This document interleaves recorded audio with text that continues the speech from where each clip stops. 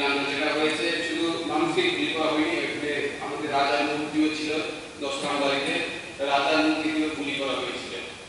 যাদের উপরে গুলি করা হয়েছে তাদেরকে কুমলো হসপিটালে নিয়ে যাওয়ার পর ওখান থেকে রেফার করে যখন জীবিতে আনা হয়েছিল তখন রাস্তায় আটকে ওদেরকে আবার আক্রমণ করা হয়েছে। আমি মাননীয় স্বরাষ্ট্রমন্ত্রী তথা রাজ্যের মুখ্যমন্ত্রীকে এটাই আবেদন করতে চাই, ওই দেশটা এখন কি অবস্থায় আছে, মানুষ এখন আতঙ্কে আছে। আতঙ্ক হওয়ার একটাই কারণ যে আমরা বিগত দিনে যে ঘটনাগুলি ত্রিপুরায় যে ঘটে গেছে সেইগুলির কোনো বিচার পাইনি।